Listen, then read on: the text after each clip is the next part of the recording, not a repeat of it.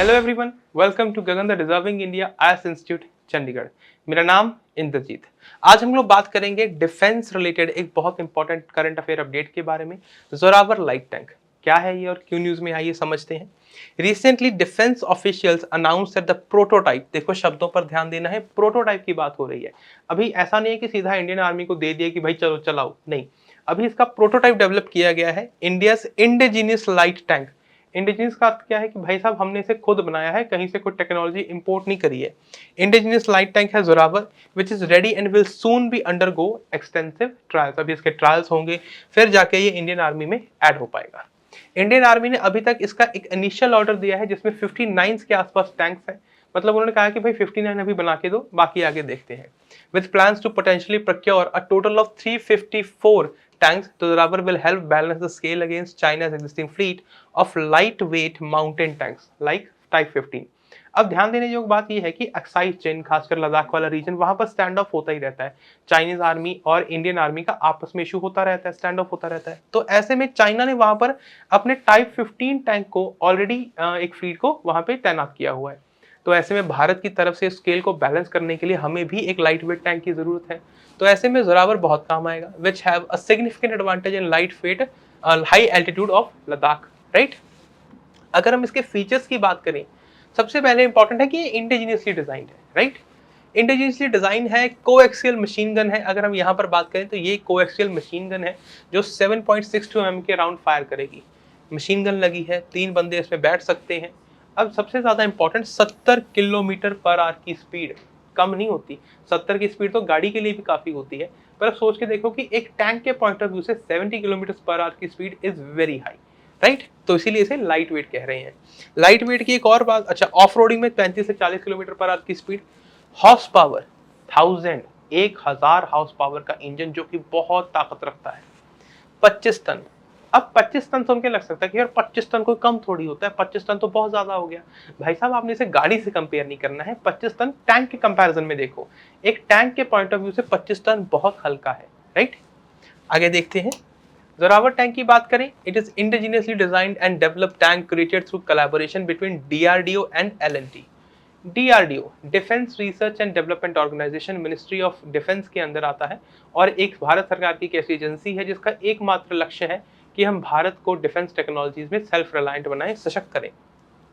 इन्होंने कोलैबोरेट किया है लार्सन एंड टब्रो के साथ। अच्छा, इसको टब्रो पढ़ना है, टर्बो नहीं पढ़ लेना है, कई बार मैं भी शायद ही गलती कर बैठा हूँ। एलएनटी कंपनी के साथ they worked as a lead integrator, right. ये है एक बहुत important fact. The tank is named after general Zorawar Singh Kahluria, a military commander who served under Jammu's raja Gulab Singh in 19th century। UPSC वैसे ऐसे डायरेक्ट क्वेश्चन नहीं पूछता होता कई बार, ठीक है, पर हो सकता है कि मान लो आपको 2 स्टेटमेंट्स दे दी किसके कैपेबिलिटीज के बारे में, और ये भी तीसरी चौथी स्टेटमेंट दे दी और बताइए इनमें से कौन सी सही है। तो ऐसे में यूपीएससी में भी सवाल पूछा जा सकता है, पर इसकी ज्यादा संभावना है एसएससी सीजीएल ऐसे सवालों में या ऐसे एग्जाम्स में इसका सवाल बनने की, राइट। तो this is something very important, इस फैक्ट को आपने याद रखना है। दूसरा, आगे अगर इसकी बात करें, इसकी कैपेबिलिटीज की या फीचर्स की, 25 ton, making it at air transportable.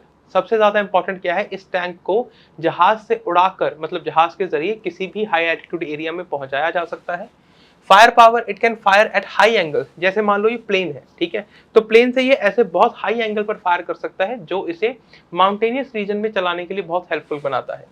एगिलिटी की बात करें, designed as agile weapon platform and operate in various terrains. हर तरह के टेरेन्स में काम कर सकता है, खासकर marginal terrains and island terrains, ठीक है। अगर आगे इसकी बात करें, मॉडर्न टेक्नोलॉजीज। अब मॉडर्न टेक्नोलॉजीज जाहिर सी बात है भाई मॉडर्न एरा में बनाया गया है, जिसमें हम आर्टिफिशियल इंटेलिजेंस वगैरह का यूज कर रहे हैं, तो उसको टैंक में भी यूज किया जाएगा।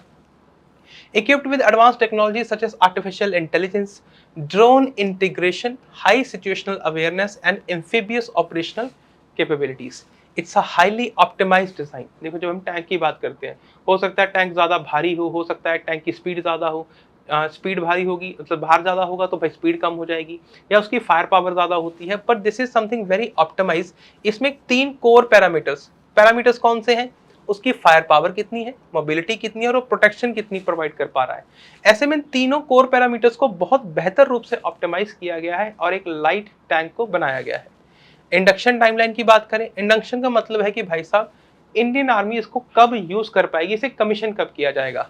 अभी तो 2024 चल रहा है, पर साल 2027 तक बहुत से एक्सटेंसिव ट्रायल्स के बाद इसे इंडक्ट कर लिया जाएगा इंडियन आर्मी में, और इंडियन आर्मी इसका प्रयोग करना शुरू कर पाएगी। अब मैंने पहले बात करी डीआरडीओ एंड एलएनटी की। डीआरडीओ ने एलएनटी कंपनी के साथ इसको कोलैबोरेट करके बनाया है, पर हम बात करते हैं DRDO, defence research and development organisation. DRDO को एस्टैब्लिश किया गया 1958 में, पर ये ऐसा नहीं था कि ठीक है भाई हमने एक एजेंसी बना दी, नहीं।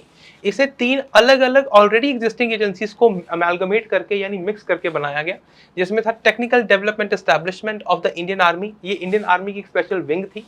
इसके अलावा directorate of technical development and defence science organisation, 3 एजेंसियों को आपस में अमेलगमेट करके एक सिंगल एजेंसी बनाई गई डीआरडीओ, जिसका एकमात्र लक्ष्य है कि भाई साहब भारत को सेल्फ सफिशिएंट बनाना, सेल्फ रिलायंट बनाना in the areas of defence technologies. It serves as a research and development wing of the ministry of defence under the government of India.